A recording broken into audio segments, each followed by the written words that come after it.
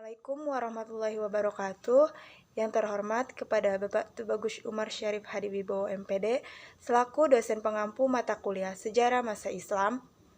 Di sini kami dari kelompok 6 yang beranggotakan saya Sarmila Praja, Anissa Nur Hidayah, dan Muhammad Ilham yang akan membahas mengenai pembentukan komunitas Islam di kota-kota pelabuhan Nusantara. Latar belakang pembentukan komunitas Islam di kota-kota pelabuhan Nusantara. Nusantara atau yang sekarang kita kenal sebagai Indonesia ini terletak di antara benua Asia dan juga Australia, serta Samudra Hindia dan juga Samudra Pasifik. Nusantara yang terdiri dari pulau-pulau yang tersebar dari Sabang hingga Merauke, diyakini bahwa dalam penyebaran agama Islam yang masuk ke Nusantara atau Indonesia yaitu melalui jalur laut. Sejak abad ke-7 Masehi, diduga bahwa telah terjadi proses interaksi antara masyarakat Nusantara dengan masyarakat luar Nusantara melalui cara perdagangan. Para pedagang dan musafir seperti Arab, Persia, dan India memiliki pengaruh yang cukup besar dalam penyebaran agama Islam di Nusantara.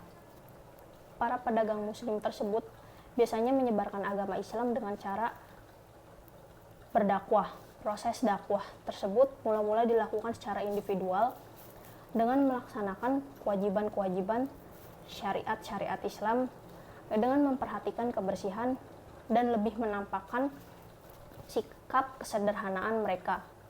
Di tempat pelabuhan-pelabuhan tersebut, di pelabuhan-pelabuhan pesisir pelabuhan-pelabuhan Nusantara tersebut, mereka mendirikan masjid-masjid serta mendatangkan mulah-mulah dari luar hingga jumlah mereka menjadi banyak dan menjadi sebuah komunitas. Saya akan menjelaskan mengenai proses terbentuknya komunitas Islam. Perjalanan penyebaran Islam di Indonesia hingga mewujudkan satu komunitas tersendiri yang mayoritas merupakan satu perjalanan yang sangat panjang. Berawal dari masuknya Islam ke Indonesia melalui jalur perdamaian dan persaudaraan. Dari tokoh pembawanya yaitu Arab, India, serta Cina. Dari berbagai komunitas Islam yang heterogen, komunitas tersebut sangat kuat hingga saat ini. Berada dalam keanekaragaman etnis kebangsaan, namun satu dalam kesamaan akidah yang melahirkan suatu tatanan kehidupan Islami dalam konteks kenusantaraan. Nah, terbentuknya komunitas Muslim di Nusantara tidak terlepas dari proses masuknya Islam sendiri di Nusantara, di mana pada sejak awal abad ke-13 telah berdiri suatu kerajaan Islam di ujung Sumatera Utara yang disusul dengan perpindahan para pengikut dinasti kepulauan tersebut memeluk Islam.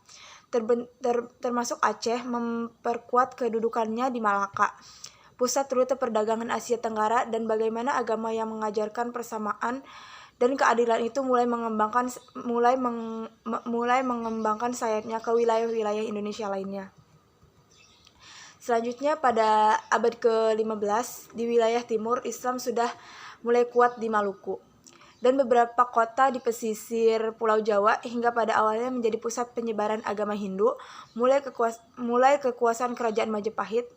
Pada pertengahan abad ini, suatu dinasti baru yaitu Kerajaan Mataram memerintah di Jawa. Akhirnya menaklukkan masyarakat pesisir dengan masuknya kekuasaan Kerajaan Mataram ke agama Islam. Maka dari itu pada abad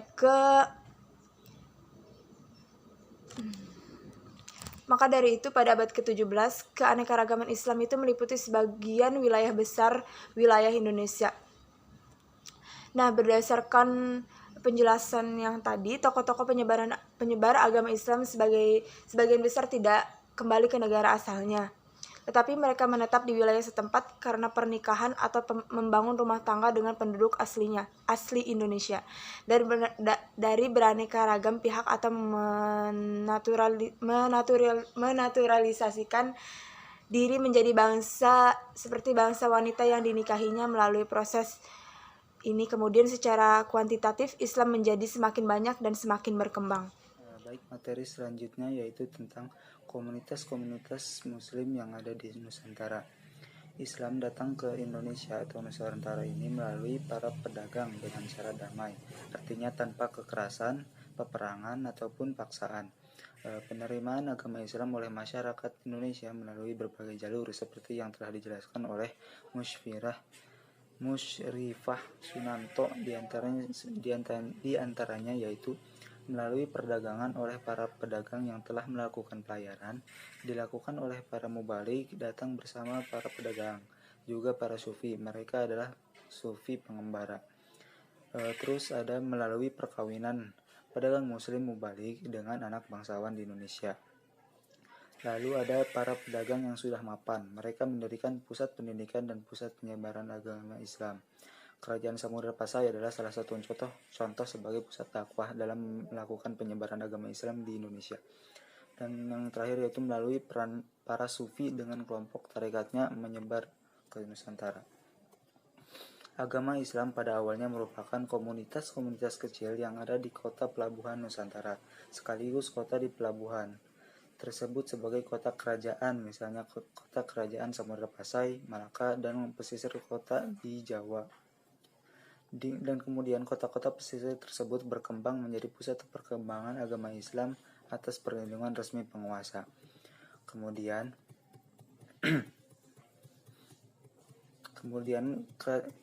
komunitas-komunitas kecil tersebut berkembang menjadi kerajaan-kerajaan besar yang melalui tokoh ulama seperti Hamzah Fansuri, Samsudin Sumatrani, Nuruddin Araniri, Abdul Rauf Singkel dan di Kerajaan Aceh, dan para wali Songo di Kerajaan Demak. Tokoh-tokoh tersebut memiliki jaringan baik di dalam maupun di luar negeri atau jaringan internasional.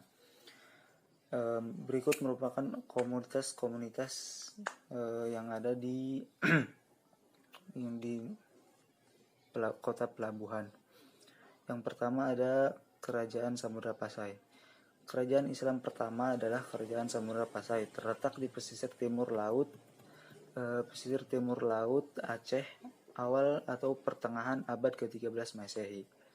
Hasil islamisasi dari daerah-daerah pantai yang disinggahi para pedagang muslim, pendiri Kerajaan Samudra Pasai yaitu Malik As-Saleh. Bukti kerajaan ini adalah sebuah batu nisan tertulis bahwa rajanya meninggal pada tahun 696 Hijriah atau 1279 Masehi. Pendapat bahwa Islam sudah berkembang di sana sejak awal ke-13 didukung oleh berita Cina dan pendapat Ibnu Batutah, seorang pengembara dari Maroko yang pada pertengahan abad ke-14 mengunjungi Samudra Pasai dalam perjalanannya dari Delhi ke Cina. Yang kedua ada Kerajaan Malaka. Malaka dikenal sebagai pintu gerbang Nusantara. Sebutan ini diberikan mengingat peranannya sebagai jalan lalu lintas bagi pedagang-pedagang asing yang berhak masuk dan keluar pelabuhan Indonesia. Letak geografis Malaka sangat menguntungkan yang menjadi jalan silang antara Asia Timur dan Asia Barat. Setelah Malaka menjadi kerajaan Islam, para pedagang, mubalik, dan guru sufi dari Timur Tengah dan India semakin ramai mendatangi kota-kota bandar di Malaka. Dari kota bandar ini, Islam dibawa ke Patani dan tempat lainnya di Semenanjung seperti Pahang, Johor, dan Perak. Kerajaan Malaka menjalin hubungan baik dengan Jawa, mengingat bahwa Malaka memerlukan bahan-bahan pangan dari Jawa, di mana hal ini untuk memenuhi kebutuhan kerajaannya sendiri. Persediaan dalam bidang pangan dan rempah-rempah harus selalu cukup untuk melayani semua pedagang-pedagang. Begitu pula dengan pedagang-pedagang dari Jawa juga memerlukan rempah dari Maluku ke Malaka. Dan yang ketiga ada Kerajaan Demak. Kerajaan Demak merupakan salah satu kerajaan yang bercorak Islam yang berkembang di pantai utara Pulau Jawa. Penyebaran Islam di Jawa disebarkan oleh para wali Songo. Mereka tidak hanya berkuasa di lapangan keagamaan, tetapi juga dalam hal pemerintahan dan lain sebagainya.